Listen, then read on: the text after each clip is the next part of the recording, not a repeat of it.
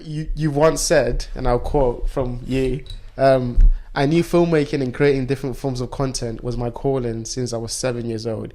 Since I was a 7 year old kid, stealing my parents' video camera. I've always been intrigued by the craziness of the world and expressing it through visual storytelling. Tell me a little bit more about your journey from since you were 7 years old into visual storytelling. What's that been like? So that quote's actually more about like the video camera thing is true. I did used to constantly steal my parents' like video camera. Would you take of everything? Yeah, just like I was basically one of the OG vloggers, like just 7-year-old me.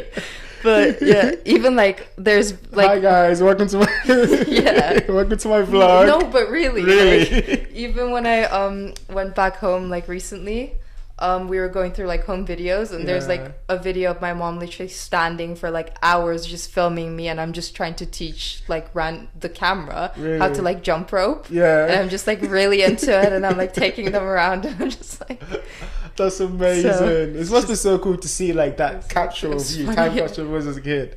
That's so cool. But okay, as an adult, yes, what has it been like?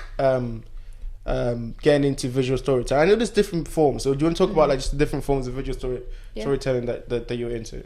So I do content creation, but also like filmmaking. So I actually like studied film. That's like my main passion. So things like documentaries, short films, but mostly docs. Yeah, I knew that like since a young age. So like since my GCSEs, I was kind of like, I don't want to like do A levels. I want to do film. So I ended up like starting uni early to do film after my GCSEs. And then since then, just like really like experimenting with different things. So I thought I was more into like short films, but then I took like a class on documentary film, and I realized like I love like capturing people's stories, and just like it felt more like authentic, and like you can really like connect with like your participants. So yeah, I kind of like got really stuck on documentary film. And then yeah, since then also like exploring with like drone photography and like just content creation really. What so you said like you did filmmaking in uni. What inspired you? Like, are you obviously, you must be a big fan of movies and stuff like that, I'm guessing. Yes, but I'm more into like making it myself than like critiquing the movies, I think. So like when I was a kid, when I was like 17, 18, I wanted to be a filmmaker. That was my first passion. Like I used to want to write scripts and then be a filmmaker. So I remember there's a script out somewhere of me writing a script.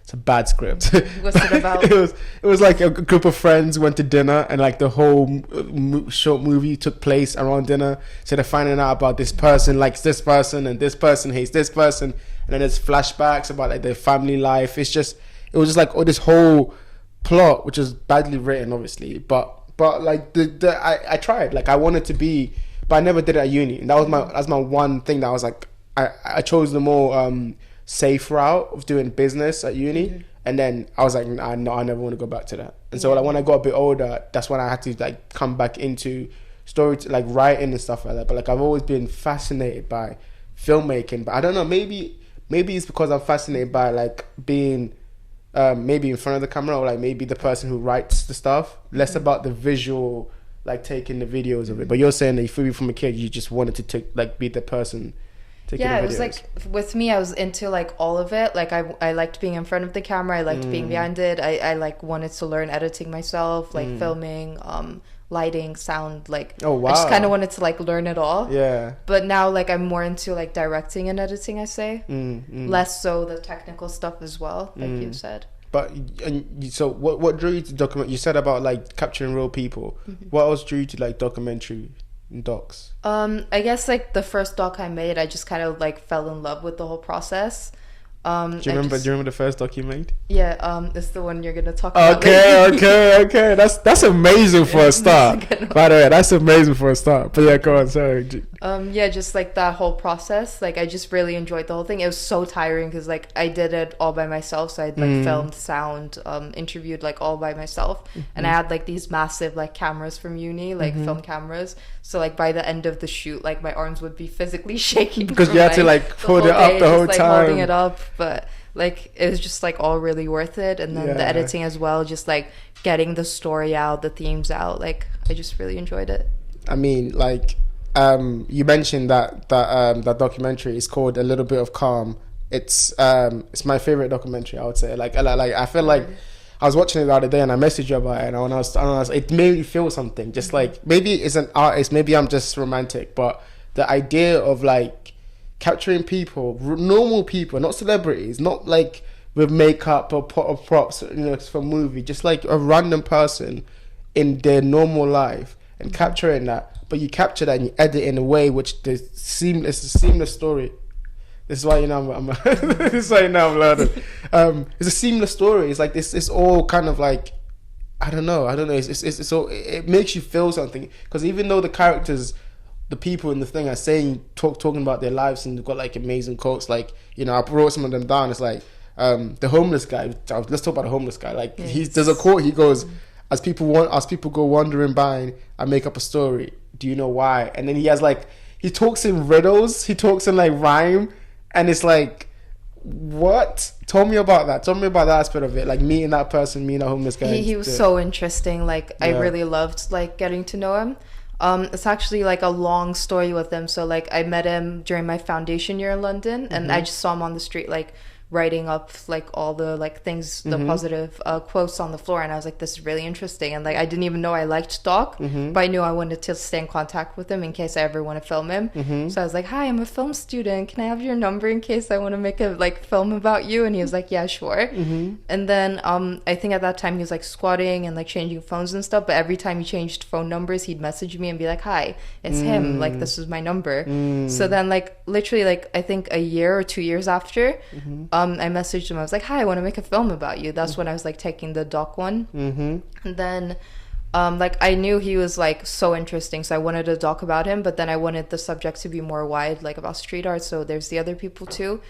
But like with him is really interesting because like the day one to like the last day of filming with him, like it was so different. Like the first day he'd just give me like really basic like answers, just like kind of like a Q&A, like nothing deep, like nothing personal. And then by the last day I had to kind of be like, the camera's on, I'm still filming you, like are you comfortable with this? And he's like, it's okay. Like just so personal, so deep that I had to like make sure he was fine with me like filming it. But like it's kind of like gaining his trust, which I really enjoyed. I mean, there was a point where he was doing Tai Chi.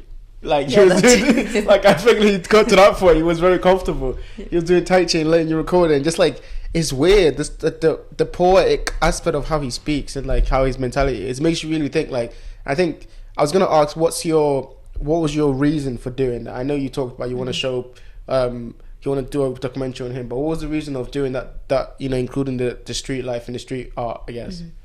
I guess just seeing like the impacts like street art has, not just on like culture and people, but also on like the artists themselves. So it like kind of shows like the like hardships they deal with and like their challenges.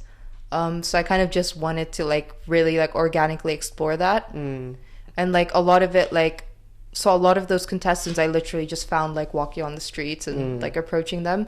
So they weren't like like written questions or anything. It was kind of like, but like all of them kind of tied into like that's each what's so other's crazy. themes. That was so interesting to see. Like, I mean, like that's what I meant. Like there was a tie-in. It's like a natural tie-in about just people, and like even though this wasn't like a professional thing they did, it was just something they chose to do. It's like an expression. It was the purest form of expression. It was weird. I felt oddly like I could relate to them. Even the homeless person, like I felt like like he's just thinking about like society, and it's like he doesn't care. He doesn't care about playing the game of getting a job, and he just cares about what he cares about. Yeah. Did you feel like when you were talking to these people, you could I mean, that's probably why you chose them. But did you feel you could relate to them? Yeah, I think so to like an extent. Like just they're really just all they want to do is their passion, which I think is really inspiring. Yeah, 100%. And like, what was the process like? So you talk about like obviously like putting the cameras and it was heavy, but what was the process like? What was your thinking going into it, and how did you take it step by step? So to be honest, I actually had a detailed plan at first, and like I had the artists I was like interviewing and stuff all planned out, and then I went down to London that weekend to film, and most of them bailed except like the him guy. So I was like, oh, okay, then I guess I have to like freestyle this. Yeah. So I kind of just picked up my camera, walked around trying to find people. And like I had some guide questions, like some themes I wanted to focus on, but the rest was just like improvised, like just filming it. And then in between like the doc, you hear like these voices, and they're just like just civilians, just like normal passerbyers. Really? Where I was like, hi, what do you think about street art? Can I film you? And like that's their voice also. So I wanted to make sure there's also just like random people who see the art's reactions as well in the film. What was, I mean, that's very brave of you. Like I see that, and I think I couldn't do that. Like No, you could. Yeah, I if couldn't. you're like passionate about it, like you would do it. Maybe, yeah. maybe you're right. Maybe you're right. It's just like it's a barrier you have to get through in your mind, right? But it's just, to me, it's something that me right now couldn't do. Like go up to a random stranger and be like, "Do you want to talk about this?" I think if you're in the zone though, because right now if you ask me to, I wouldn't. Yeah. But then if I'm in the zone with the camera and I have this goal, like I will. Like I'll do whatever to get that goal. Yeah, So because it's you're like, doing it for the art almost. You're like, yeah, exactly. you take yourself out of it. You go like, it doesn't really matter how I feel. This is like, this thing is good for this. Yeah. Yeah, that's super cool. I wanted to also, like, I know artists don't usually say what they try to like convey, but what did you try? What kind of message did you want people to take away from watching that?